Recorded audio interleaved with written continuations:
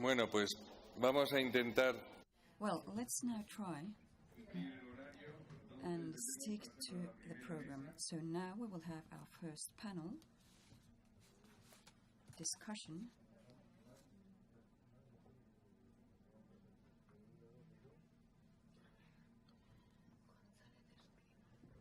Hola, ya. ¿Están listos los de la primera mesa?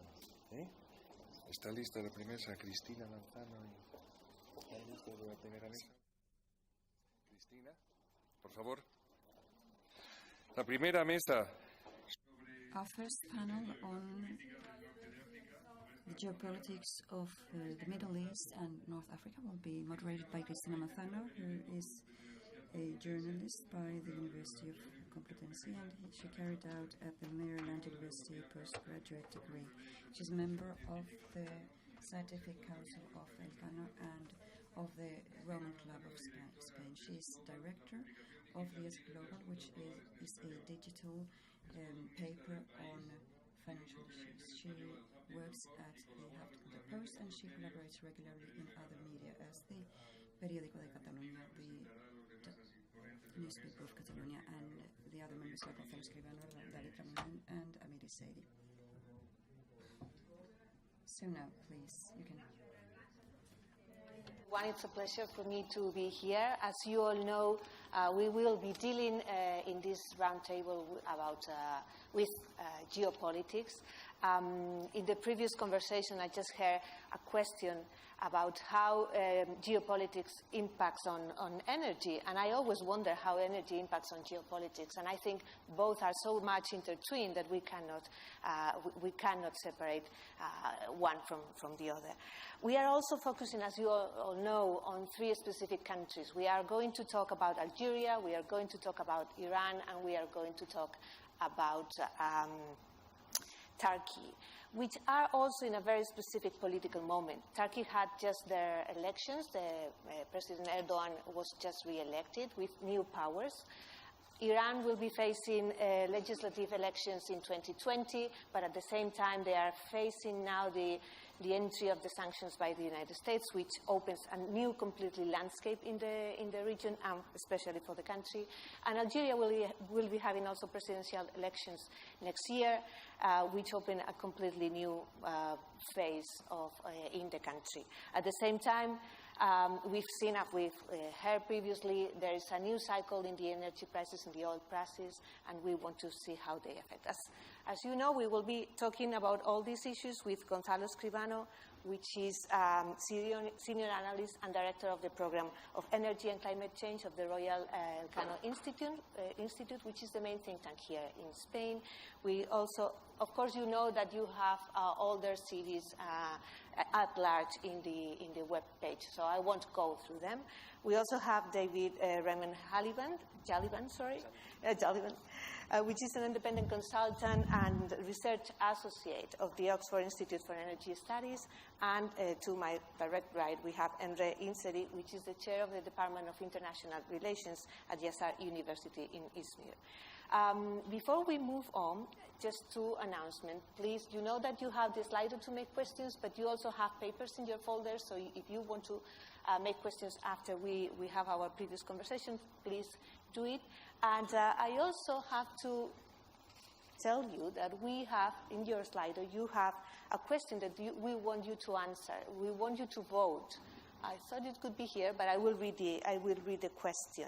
In your opinion, from the energy geopolitics perspective, the MENA region will, 1, lose geopolitical relevance, 2, gain geopolitical relevance, or 3, keep being a major geopolitical player as they are now. If you vote during the session, at the end we will comment on your answers. Before we start, I just wanted to have a very, very quick overview of each of the countries. What is the specific moment we are living in Turkey, please? At the moment, we are having a kind of a crisis in Turkey. We've been discussing with David about that. Turkish lira lost about 30% against dollar.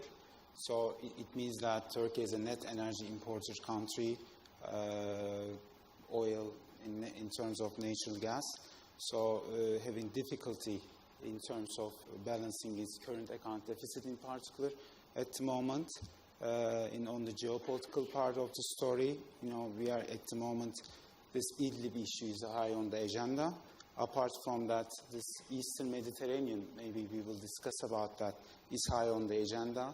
What will be the future of those sources, which pipelines that would be utilized in the coming years are the things that high on the agenda at the moment. And maybe you are familiar, we had the presidential system now. So it's mainly turned out to be state-led capitalism in many ways. So that's state logic dominates the capital logic in that sense. Maybe we will also discuss that, how energy, foreign policy interacts in that sense under that framework. Thank you. What about Iran? Where are we? Thank you so much, Cristina. Allow me to begin perhaps by stating the very obvious, the fact that Iran is confronted with the return of sanctions imposed by the United States following the announcement of President Donald Trump in May this year to leave the nuclear deal, or more precisely to violate the United Nations Security Council resolution that is the nuclear deal. Sanctions are coming back now in two phases. A first phase was already implemented at the beginning of August this year, targeting largely Iranian government finance, but also the country's automotive industry. A second set of sanctions targeting the broader economy will become effective at the beginning of November, on November 5th, targeting crucial sectors of the Iranian economy, including energy, finance, but also shipping and insurance. The impact of these sanctions, both politically and economically, are already there. We saw Iranian oil exports declining. We see Western companies, not just energy companies, but companies in general, leaving the country, and we see inflation skyrocketing in Iran. And politically speaking, this puts tremendous pressure on the government of President Hassan Rouhani, who embarked both in 2013 and in 2017 on a campaign that promised to negotiate first a nuclear deal, and secondly, on the basis of that nuclear deal, to reintegrate Iran into the global economy and to promote economic growth. And all these achievements are, in a sense, gone now. As such, it's a major setback for the government, which domestically also sees itself under tremendous pressure, since there's always been a camp in Iran that argued it is not possible to strike a deal with the United States and then implement it. Mm-hmm. What does that mean in terms of Iran's geopolitics? I suspect that Iran will continue to stay in the nuclear deal for two reasons. First, the European Union, despite all the flaws of its approach, is trying to work towards maintaining and safeguarding trade with Iran. And even if the level of trade is not where Iran wants to see it, that momentum still exists. And now Europe and Iran are trying ways to save whatever is left of trade between the two sides. And that would be gone if Iran would have left the nuclear deal. And secondly, now there's a situation that in the major dossier of international affairs, 4 out of 5 permanent members of the UN Security Council are sharing Iran's position. That's a novel situation. Normally, Iran was finding itself confronting these 5 powers alone. Now 4 of them are on Iran's side. In terms of regional policy, oftentimes this summit has been debated whether or not the reduced revenues at the disposal of the Iranian government will lead to a scale back of Iran's engagement in the Middle East. I personally don't think that will be the case, simply because the rationale and the reasons why Iran is engaged in the Middle East have not changed. And if you look at this weekend's terrorist attack in Ahvaz, which, to put it very mildly, is not necessarily in contradiction with statements we heard from Mohammed bin Salman or John Bolton, that sense of fear in Iran about what would happen if Iran would withdraw from the region and possibly open a vacuum that would be filled by others, that rationale is still there. Mm-hmm. Lastly, perhaps on energy, on the geopolitics of energy, we saw, parallel to the decline of Iranian oil exports, that both Saudi Arabia and Russia, fellow OPEC members, have increased their own production. And the signals we hear from Saudi Arabia is that Saudi Arabia is messaging that they would offer substitutes for Iranian oil to the extent that this is needed. This has implications, of course, in terms of energy markets, and the question up is to which extent this will eat into Saudi spare capacity and possibly put pressure on prices. But also in terms of the geopolitics of the region, that is obviously an interesting development, considering that both Russia and Saudi Arabia, together with Iran, are important players in the Middle East. So, by and large, a very interesting geopolitical mélange. Yeah, it certainly is.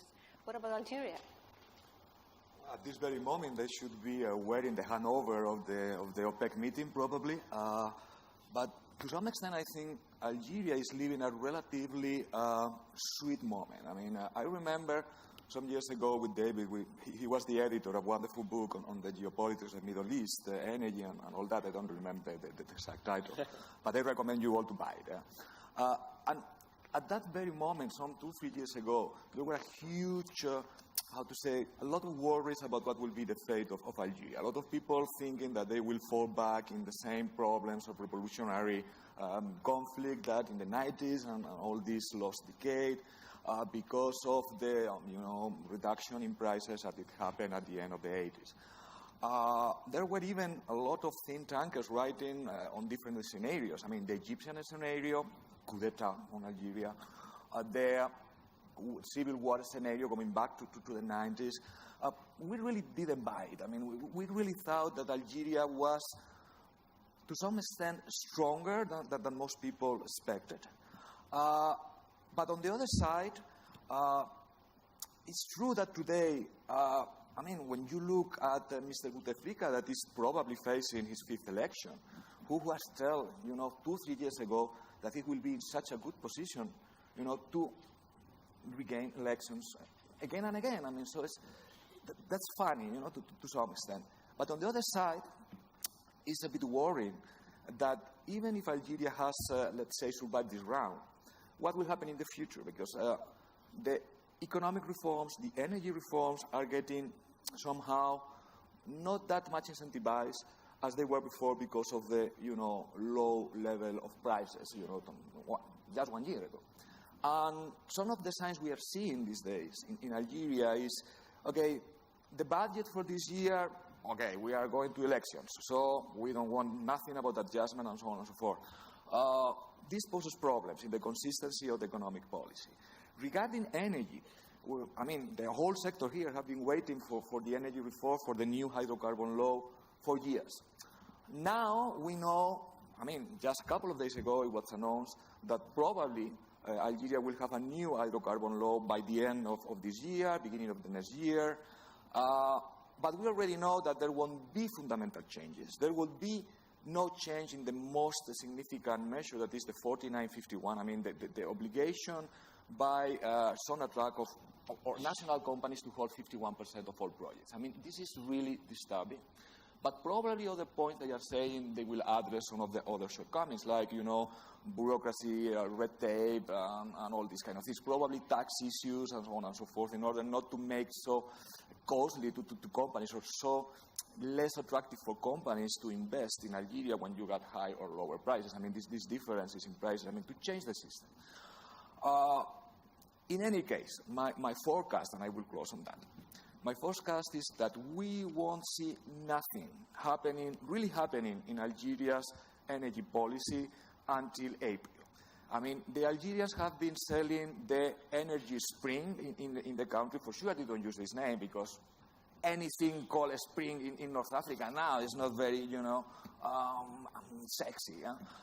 But they try to develop this narrative, or now we are changing, we are much closer to the international energy companies, we are good friends now again with the French, and so on and so forth. We want to start to develop new projects with the Americans on shale, and so on and so forth. But all this won't be implemented, in my opinion, until we don't get a clear result, a clear solution when we got these elections in spring. But you've made a very, very short forecast, because that only goes until April, until the election. And there are many bets. Will Bouteflika run again? You mentioned that he might, probably. If so, will the country really be willing to, will the government really be willing to enforce those reforms? If there is a change in power, we'll see, can we expect any real changes? Will they take advantage of the new cycle of oil prices? What do you think? What is the atmosphere there? Is there real appetite for change, even if Bouteflika is still in power? Well, there is always a struggle within Algeria between reformers and conservatives. So this struggle will be there. my conjecture is that probably when the presidential elections have been solved and Bouteflika, if he is still alive, or probably somebody from the regime very close to it, I mean, nothing surprising is going to happen, they will have the political stability to look ahead for 4 or 5 years. They will have an improved economic situation. They will have more policy space to do different things that they have not been able to do in the last 2 or 3 years. And with this horizon, probably reformers, perhaps this is my hope, reformers will be able to move forward faster and more consistently. That's my hope. But on the other side, we also need to tell to the European Union and also to our French friends, hey guys, you have to give a horizon to the Algerians. If our discourse, our narrative is, we don't want your gas, we are going just for renewables. We don't want interconnections, French, we don't want interconnections with Spain, so you cannot export through Spain or Italy or whatever. If we don't give them some incentives to move forward, to profit from their own reforms, is going to be much more difficult. That's my point. I mean, we have been discussing that several times, and my point is, the Algerians should do more, but we in Europe should offer them a clearer perspective. Talking about Europe and perspectives, what about Turkey? Because with the re-election of Erdogan, with the new state of the, since the coup d'etat of 2016, with all the developments in the country, what is the situation in Turkey now regarding energy and the neighbors and the possibilities of having a better or not relation with the European Union? You mentioned the coup attempt. It has significant geopolitical implications then onwards, because there were 2 countries that called Erdogan just after the coup. One is Qatar, the other one is Putin. So when we are trying to understand Turkey's energy policies, we should be familiar with the context in that regard. So from the perspective of Ankara, Russia and Qatar are the 2 allies. But when and Erdogan he made a speech about that, wait for a phone from Brussels, wait from Washington, but that call did not came. So when we are trying to analyze Turkey's policies regarding to European Union, US, and also Turkey's energy policies, its intensified energy links with Russia, this Turkish stream is on the way. Russians will be building the first nuclear power plant in Turkey.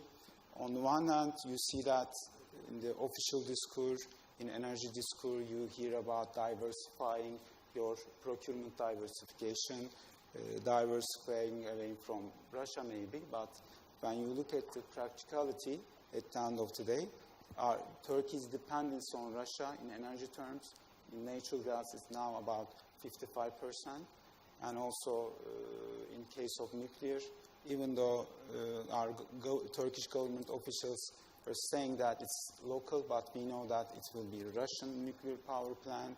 The source uranium will come from Russia again. So in that regard, we can, in my humble opinion, it creates a kind of double dependency in energy terms. And in that context, it becomes quite complicated for Turkey to act out of the dictates of Russia in the region. So that's how your foreign policy ambitions, but in your energy, your dependence on Russia becomes in a way, a burden for you, a liability in the region when you're dealing with Syria. So, as I told you, it was one of the hot issues. Let me ask you regarding this. How is this very close relationship with Russia in every sense affecting the relationship of Turkey with the NATO? Yeah, that's another issue. I remember it was, I think, last year. There was a debate about whether Turkey will withdraw from NATO. But whenever you've been reading official speeches, always think about the domestic side as well. Because in Turkey, we have quite large portion of the society is anti-NATO, about 50, 60, anti-America, United States. In many ways, so for public consumption, if we are on the eve of elections, whenever a governmental official is speaking, maybe NATO will think that it's directly talking to that. Actually, it's for domestic consumption. So we always need to see that double game, that two games that politicians in Turkey are playing. So maybe you need to, in a way, adjust the expectations of domestic population. So with the expectation that you will gain the lion's share on. So we are living the age of populism, post-truth world in a way. So we always bear in mind that. So rather than taking seriously. David, talking about expectations, I also wanted to ask you how the economic sanctions and how the economic situation of Iran right now, the not improvement, just the opposite, is affecting the population and their support of the regime. But also I wanted to ask you about the role of Iran as a regional power and this constant competition, both with Saudi Arabia, but also with Turkey. I mean, we are seeing a very interesting game of alliances for one purpose and disagreements on other purposes. So how is Iran tackling this? Sure. Speaking about expectations, we also have to speak about hope in the Iranian population and hope that existed parallel to the conclusion of the nuclear deal and following the implementation of the nuclear deal at the beginning of 2016. Expectations in Iran among average Iranians, I would say, as for what the nuclear deal would bring about in terms of economic progress, were vastly exaggerated, partly also because the government previously had put all the blame for Iran's economic problems on the sanctions. So expectations have been too high anyway. Mm-hmm. And then, of course, we can have a debate as to whether or not the progress was in the maximum possible way that one could have realized potentially. What we do see in the years between 2015 and, say, this summer, since the conclusion of the nuclear deal and the US announcement to leave the deal and to bring back sanctions, we saw that Iran's economy was on a path of robust real GDP growth. Oil exports have recovered to pre-sanctions levels. And importantly, for average Iranians, the Rouhani government succeeded in bringing under control inflation from above 40% to a single-digit figure. And that's something that impacted the lives of average Iranians. Still, economic growth and foreign trade was below the level that would have been needed to kind of solve the major problems of Iran's economy. There's still large unemployment, officially at 12%, but de facto much higher, especially among the youth. And this situation has not really changed. And even before the US announcement to leave the nuclear deal, there was a fair degree of frustration among many Iranians about the slow progress of economic recovery. Now, with the US decision to leave the deal, things are worse, dramatically worse. I was in Tehran a couple of times this summer and speaking to taxi drivers, to ordinary people, you sense a large level of frustration, which is partly, of course, attributed to the government because I always compare Iran to an onion. I mean, one part of the problems is sanctions and the international arena, but many problems, mismanagement, corruption, etc., inefficiencies, are domestically. But I would say there's also a certain segment of Iranian society, and I can't put a figure to it, but that sees that it was not necessarily the government's fault that the nuclear deal is now collapsing and that things are developing in the direction they are now going. But to put it short, the pressure on the people and struggling to make a life is extremely high and growing by the day. In terms of regional policies and Iran's engagement, again, this summer had a debate on whether or not Iran now would scale back its engagements in places like Iraq, in Syria, and elsewhere. And frankly, I don't see that the rationale in Iran has changed to do so, as mentioned before.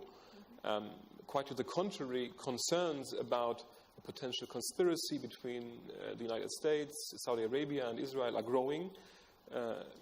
Security fears have risen. And as such, the risks of giving up certain influence in the region and then see someone else, whoever that might be, filling up that room are growing and would rather not invite Iran to withdraw at this point in time. Also, in terms of the domestic policies, the hands of those in Tehran who have always argued that we can strike deals and implement them is weakened. So after the collapse, or the de facto political collapse of the nuclear deal, Foreign Minister Zarif and President Rouhani are not necessarily in a strong position domestically to argue now we can strike a deal with whoever from our adversaries. to overcome these solutions politically. Still, I think Europe's role is important, and that's also one aspect that's overlooked at times. The fact that since the conclusion of the nuclear deal, there are now regular high-level exchanges between European and Iranian officials on matters of foreign and security policy. And this momentum of dialogue, which not necessarily solves all problems, but at least that gives a way for negotiations, is there and can be built on from a European perspective. Final point perhaps on Turkey, because I think the Iranian-Turkish relationship in many respects is fascinating. Both sides find each other on opposing ends in the Syrian conflict, supporting different conflicting parties. But unlike in many, I would say, or most foreign policy relationships in the Middle East, that did not spoil the overall Turkish-Iranian relationship. Trade has been growing between both sides, political exchanges have been kept, and this compartmentalization of the Syrian conflict and not allowing the crisis there affect all other issues on the agenda between Iran and Turkey is something that is very important, I would say unique in the Middle East, because normally when countries are at odds, they're really at odds. I have something to add, actually. There's actually a historical lesson for both Iran and Turkey. I mean, for 100 years, more or less the border was same. So they are more or less equal powers in the region. So they always try to balance each other without directly confronting each other. So they are very good at compartmentalizing their issues. On the one hand, they have their economic ties, maybe they have their political problems. So, but never ever directly confront each other. They are always hesitant on that. Let me ask you this, both.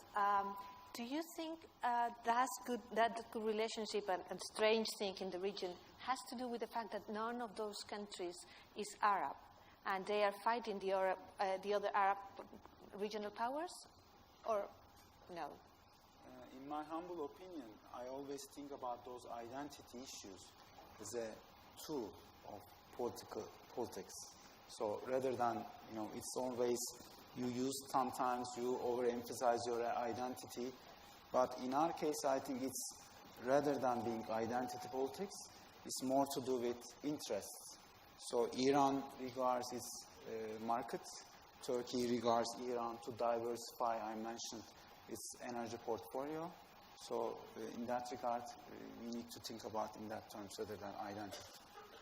Do you agree? Yes, I would reject the ethnic explanation for that conflict, and I would pin it to more historical reasons in the fact that both Iran and Turkey have functioning states to varying degrees, but as an entity with largely with the size of their current territories, they have existed for very long. And then a number of also other factors. Iran has a large ethnic Azeri Turkish minority that is taking part in Iranian society. The supreme leader of Iran is of Azeri background, and the Azeri people, especially of Iran, always serve as a bridge between the two countries. So there is this perhaps ethnic moment, but the overall reason why relations have been rather constructive is that the respective interests and also the broader situation have allowed them to engage with this type of foreign policy, whereas, for example, Iraq is struggling to act as an integrated state in the first place.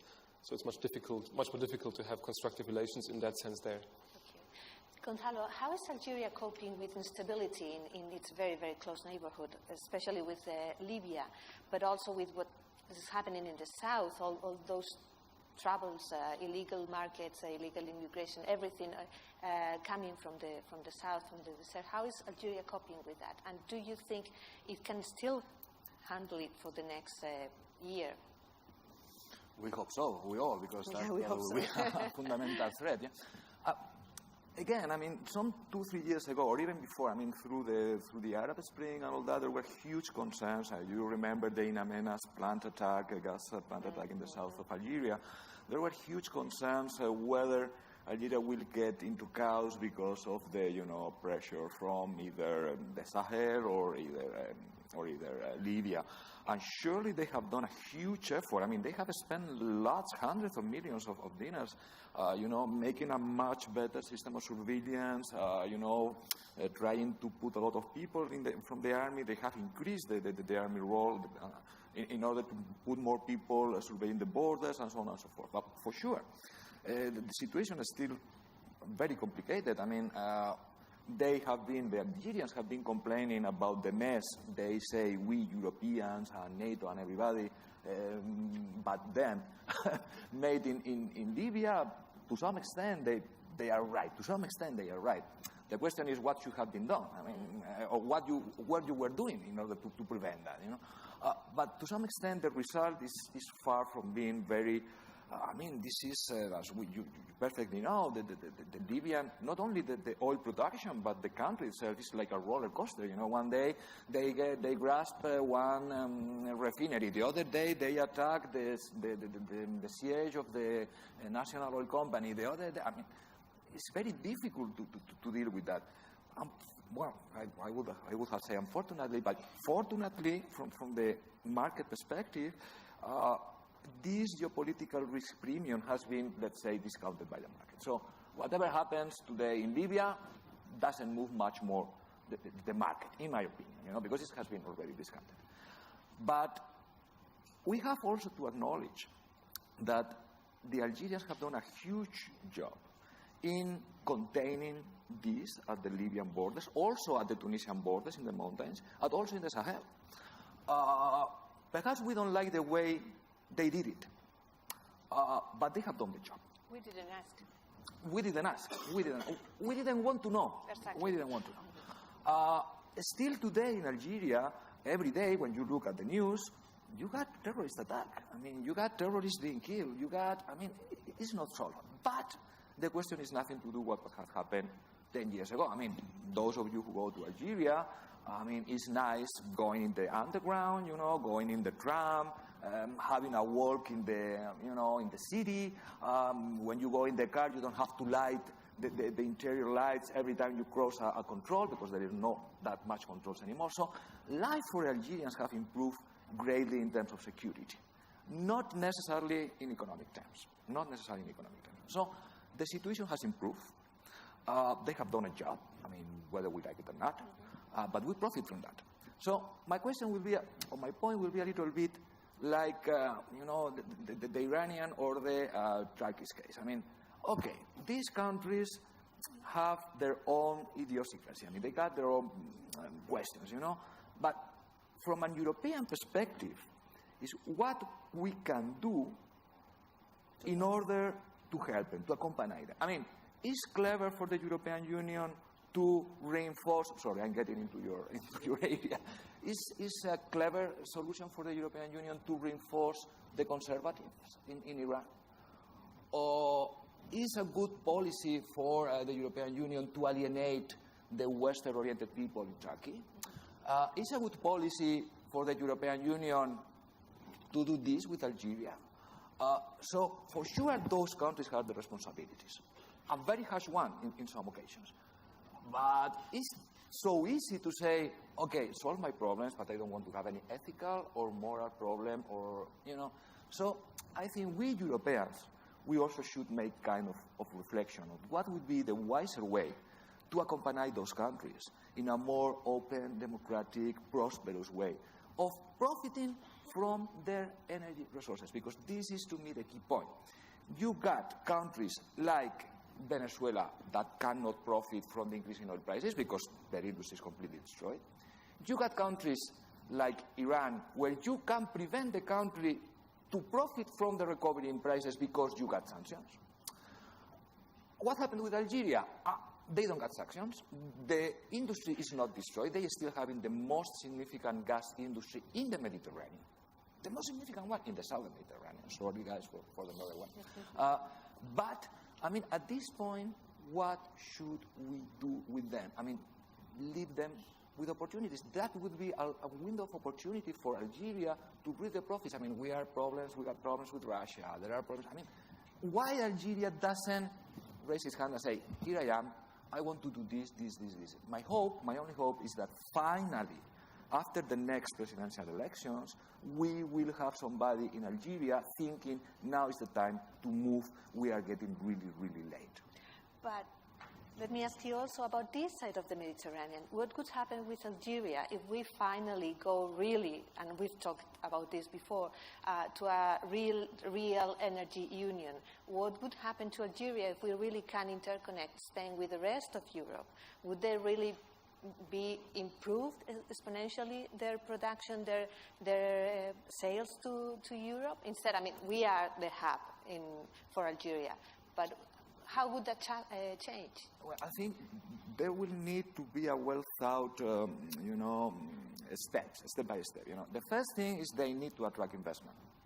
And in order to do that, they need to change not only the laws, but the way of doing businesses. I think there are some propension or proclivity in the last year to do those reforms. I mean, we got a new leadership in Sonatrach in the company, we got a new minister, we got another guy who is the regulatory agency there, and these guys are moving, and they are sending the messages. Over the last year, they have solved most of the problems and the conflicts they had with international energy companies. They have a start with Total, for instance. They have a start with Naturgy now in Spain, the first company to renew the gas contracts with Algeria. I think that was a very, very nice move. In this struggle, which kind of contracts do we have, or do we want to have? The Algerians say, we want 30 years.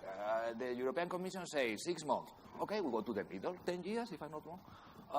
I mean, you can somehow get a compromise. I mean, it's not what I want, it's not what you want. I mean, let's do a deal, And for this, I think if we got a good investment in Algeria, so that we can think that over the next 10, 15, 20 years, this country is going to be able to respect their compromises and their commitments, and even to give some new input through renewables. I'm saying in the very long run, really in the very long run, being realistic. But let's give this country some horizon where we can do. So first, this country Algeria have to do their homeworks. They need to reform their laws. They need to change the way the energy sector is working. But thereafter, we need, for these companies getting there, good incentives in order to be ready to export those resources to the European Union or elsewhere. So we need to do a lot of things. And the problem here is not what Algeria can add to the energy security of Europe. Algeria is not going to solve the problem with Russia. It's not going to solve any problem future, for instance, with Qatar or whatever. But if we don't work properly with Algeria, it's not what Algeria is going to add to our energy security. It's what we are going to lose, not in terms of our energy security, but in terms of geopolitical stability in our neighborhood. Algeria won't be there today. I don't think Morocco will stand alone more than a couple of weeks. So strategically, it's really, really important. So they have to do their homeworks. Let me bring another major geopolitical player here, which is China. When sanctions were applied to Russia, they very wisely moved towards China, and they've made a number of agreements, and they are doing now huge military things together. I mean, exercises together. Is that a way forward for Iran? What is the state of the relationship? Yes, it appears as if China was the obvious alternative for Iran, looking at the size of the country, the growing economy, the growing energy demand needs, and also the growing rivalry between China and the United States on the global stage. For a number of reasons, I don't think that China is the perfect partner for Iran. First, looking back at the history of Chinese-Iranian relations before the conclusion of the nuclear deal. In 2010, following the implementation of European Union sanctions against Iran, which forced all European energy companies out of the market, Chinese companies took over many projects in Iran with very aggressive commercial terms, exploiting the situation of Iran, with Iran not having any meaningful alternatives, with delivering poor quality and with frequent delays.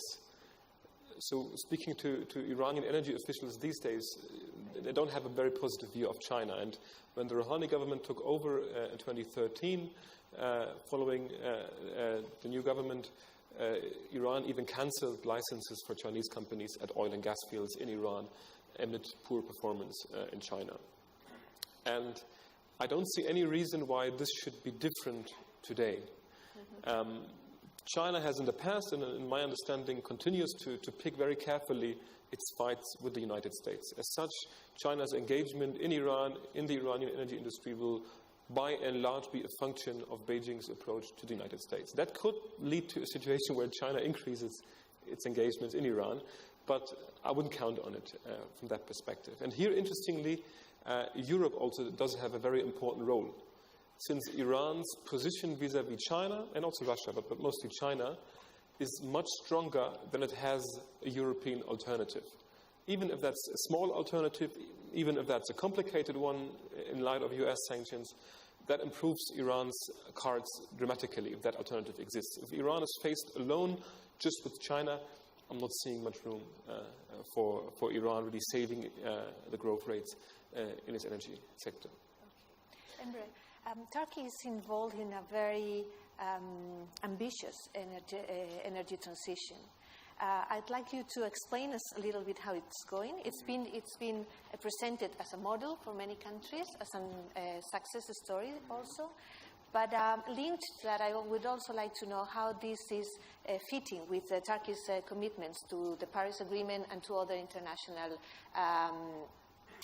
fora towards sustainability. No, at the beginning, I mentioned that Turkey is a net energy importer country. But on the other hand, it has the vision of becoming a regional energy hub, transmitting center, and re-exporting gas and oil that comes to this country. On the other hand, energy policy, it's all the time emphasizing on decreasing dependency on imported energy. And in that regard, they've been focusing on developing local resources, and nuclear was presented as local resource, as I mentioned, and also local coal reserves. Turkey has lots of lithium, which is not in high in caloric value. So also Turkey, on the other hand, is importing coal as well. So we are opening nowadays lots of thermic centrals fueled by coal. Mm-hmm. So that contradicts with Paris Accords, of course, in that sense. Because on the one hand, you are saying that we would like to decrease our dependency on import resources. On the other hand, you've been giving lots of licenses, subsidies to coal mines, so that you will making the projection that you will decrease your dependency on foreign sources to fuel your electricity in particular. And indeed, if you take it from that perspective, Turkey is a success story in terms of its energy when you look at, because it was about 50-55 natural gas fueled to electricity. Now it turns out to be about 35. And when you look at renewables, of course it's doubtful to what extent hydro is renewable, but the portion of hydro is now about more than 30%. So, but there are some question marks to the sustainable hydro, particularly the ones applied in Turkey, because you need to cut lots of trees and you need to change the direction of rivers. So in terms of sustainability, question marks. But apart from that, about 7% wind and nowadays, and 3% solar. So in that sense, Turkey, as I mentioned, has the ambition of becoming energy hub in the region, but its peculiar economy, it's, by the way, intensified, highly energy intensity is quite high in Turkey. That's another issue I think Turkish officials should need to focus on, because that means that you need more and more energy in order to come out with that output. So in the first session, it was discussed this decoupling of growth and high carbon levels in that sense. So this peculiarity of Turkish economy, also high dependence on imported energy, are actually undermining for Turkish prospects in that regard to become a regional energy hub. And also the infrastructure about LNG. So in order to diversify, if you just rely on pipelines, you need time for that. Also, Turkey has some capacity problem in storage as well, so that in order to feed its, discourse that Turkey will be a regional energy hub. And also, you mentioned briefly about those geopolitical risks in the region, and he was mentioning Syria and also Eastern Mediterranean issue, and your dependence on Russia. These are some setbacks could be for Turkey in that regard. Okay, let's move now to questions. I don't know if there is any one made by paper, but we have, no, we don't have here. We have here the votes. Is there any question in the audience? Because I have many more, so I can continue making questions. Let me, since there are no, I will follow. We didn't talk about Israel, and in the region, talking about the Eastern Mediterranean, talking about gas, talking about Cyprus. What is the role of Israel in all these equations? Particularly from 2010, this flotilla crisis, we have ups and downs in Turkey-Israel relations. Time to time, we hear about this, Levant region, those Israeli resources, that there are plans proposed to transfer those resources through Turkey and to Europe. But since the political context has evolved, now we are not represented in ambassador level in Israel, so it's one of the historical low levels in that regard. So that caused problem in Turkey's prospects, as I told you, for its energy ambitions to become a regional energy hub, diversify its procurement diversification, which is also linked with the Cyprus issue as well. So you've been mentioning about Algeria, but I think we should need to talk more about Egypt. Mm-hmm. It's Zohr field. To my knowledge, it's more than 800 million BCM in the region, billion BCM in the region. High prospects in that regard. So Turkey has problems with Egypt, by the way. That's another issue. When you look at the economic figures and calculations for feasibility studies, again, Turkey is the closest in terms of if you have a pipeline in feasible in economic terms to bring to take those resources and re-export them to the world energy markets. But I always, from my perspective, politics, not economics actually, are determining those huge energy investments. So now this politics, in terms of politics, Turkey had troubled relations with Egypt, troubled relations with Israel, troubled with relations with Cyprus, troubled with relations with Greece, and Turkey feels itself is isolated in that region. And he was mentioning about EU's role in that regard.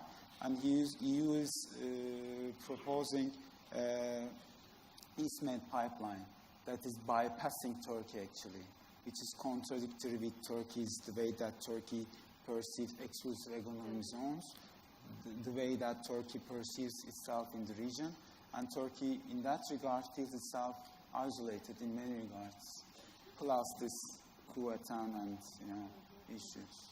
What about Iran?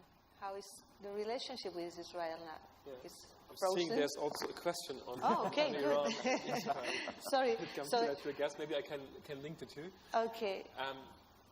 In terms of energy, Israel is irrelevant to Iran. The natural gas that Israel is producing doesn't go to markets that Iran is targeting. Yeah. And when looking at Iranian natural gas, and I think that's a very important point, oftentimes overlooked, there's not just oil to the Iran story, but there's also natural gas to the Iran story. While natural gas is used almost exclusively at home in Iran, exports amount to around 5%. And despite announcing ambitious plans to increase exports, domestic demand needs have absorbed almost all increases, and there were substantial, all increases in natural gas production. And I don't see that this will change anytime soon, since natural gas in Iran is the cornerstone for the government's attempt to promote economic diversification based on energy-intensive industries. And if you look at the growth rates of Iran's energy-intensive industries, also parallel to this petrochemical industries, they're substantial in the past years. Iran has even begun, even though at a modest volume, with modest volumes to export processed goods, petrochemicals, but also electricity, steel, cement, and other energy-intensive products. And especially in light of sanctions, I don't see that Iran will change this course of action, because the domestic use of natural gas is much less vulnerable to sanctions. I mean, there is an impact in terms of European companies not being present in the gas industry, and we saw Total being forced to leave from South Pars. But still, during the previous sanctions round, Iran was able to continue grow its natural gas production on the basis of domestic companies. And I don't see any reason why this should change now. And then speaking about exports, Iran launched an export project to Iraq in 2017. And it will increase the volumes of this trade, and in my understanding, or in my analysis, but it won't launch any new export projects in the foreseeable future, in the next decade or so, I would say. So in terms of natural gas, I don't see any competition, even though I heard from Israeli experts that there was this fear in Israel that Iran might possibly, via Iraq, supply Jordan with natural gas. And then Israel moved quick to secure a supply deal with Jordan. But I never saw a commercial or a political case for Iranian exports to Jordan. So that was more a hype rather than a reality in my reading here. Okay, there is a question for Gonzalo. Could you please give your point of view on the Moroccan-Algerian competition with regards to gas imports to Europe? Well, I don't know how to interpret this question. Sure, there has been a huge struggle between the Moroccans and the Algerians, mainly, especially, I suppose it is that, yeah? Mainly about the Maghreb-Europe pipeline that goes through Morocco and enters into Spain.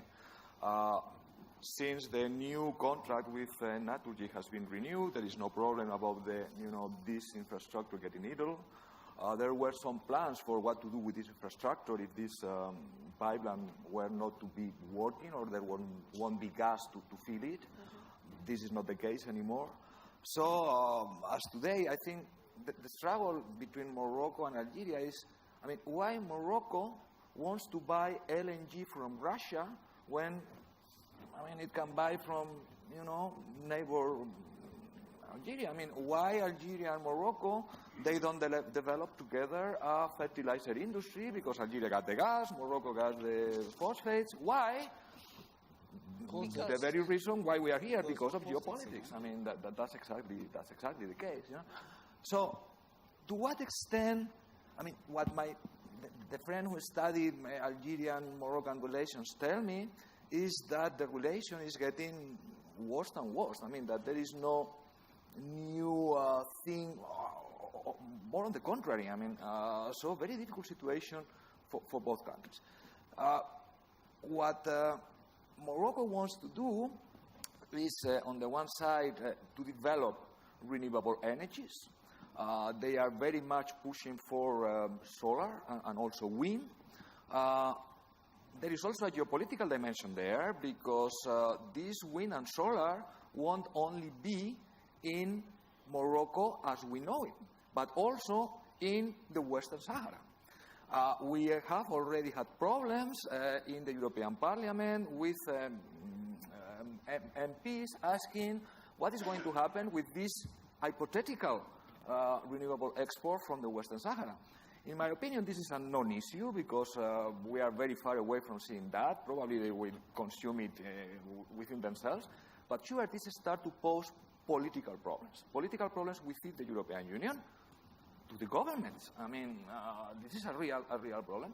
So it's not only, and for sure, Algeria is playing also with this Western Sahara issue. So I don't see many problems on the gas competition. I don't see.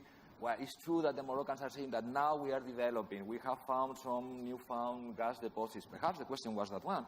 I don't see the Moroccans having enough infrastructure or business experience to develop this in order to make a very tough competition to the Algerians. Perhaps they can buy small cake in the market, but they don't see a very, very tough competition there.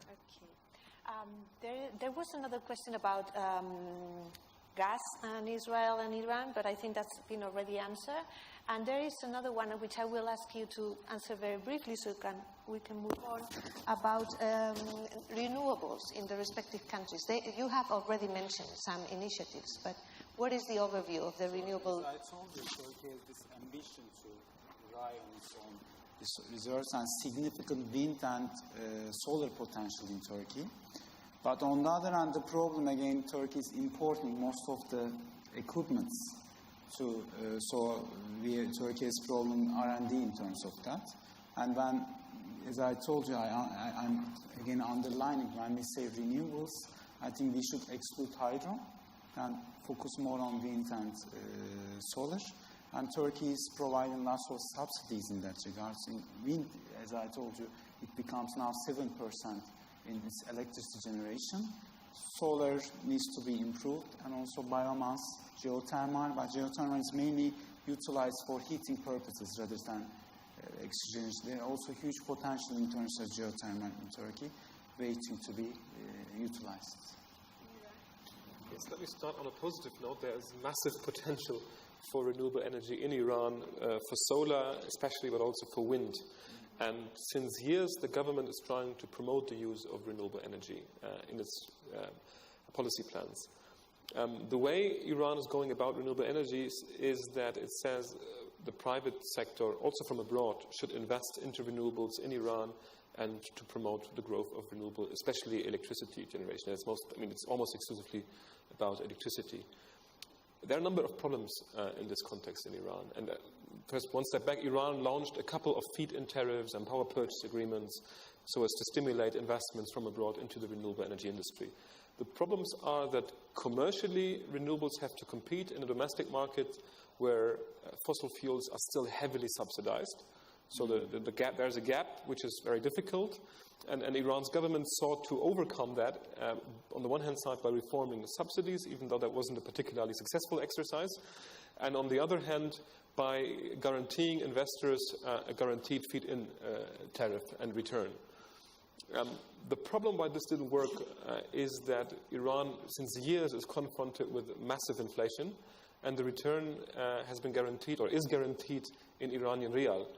And as an investor, you're in no position today to know how much 1 Iranian rial or 1,000 Iranian rials will be worth in 5 years' time, 10 years' time, or whenever your investment materializes.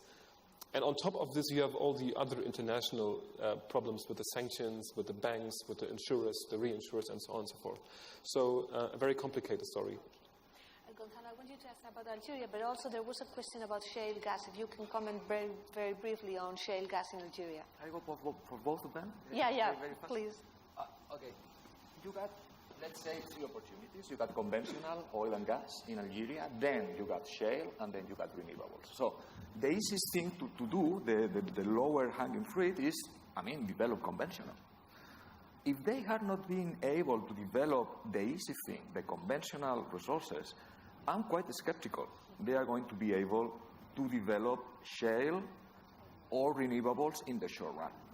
Shale, there are technical problems about water and so on and so forth, about technology, about huge investments there. I don't see it very clear. It's true that they are starting to make contacts with the American, with the frackers and so on and so forth. I think this is my imagination at work, okay? The government need to change the stance and the narrative in the local population, because the local population completely oppose shale. So now they start to change a little, perhaps thinking that in 5 years' time, 10 years' time, we can work out this new narrative more sensible to share. Perhaps in the future the people will develop. For renewables, when you look how much do you pay for your electricity bill or your tank in Algeria, you mean everything is subsidy.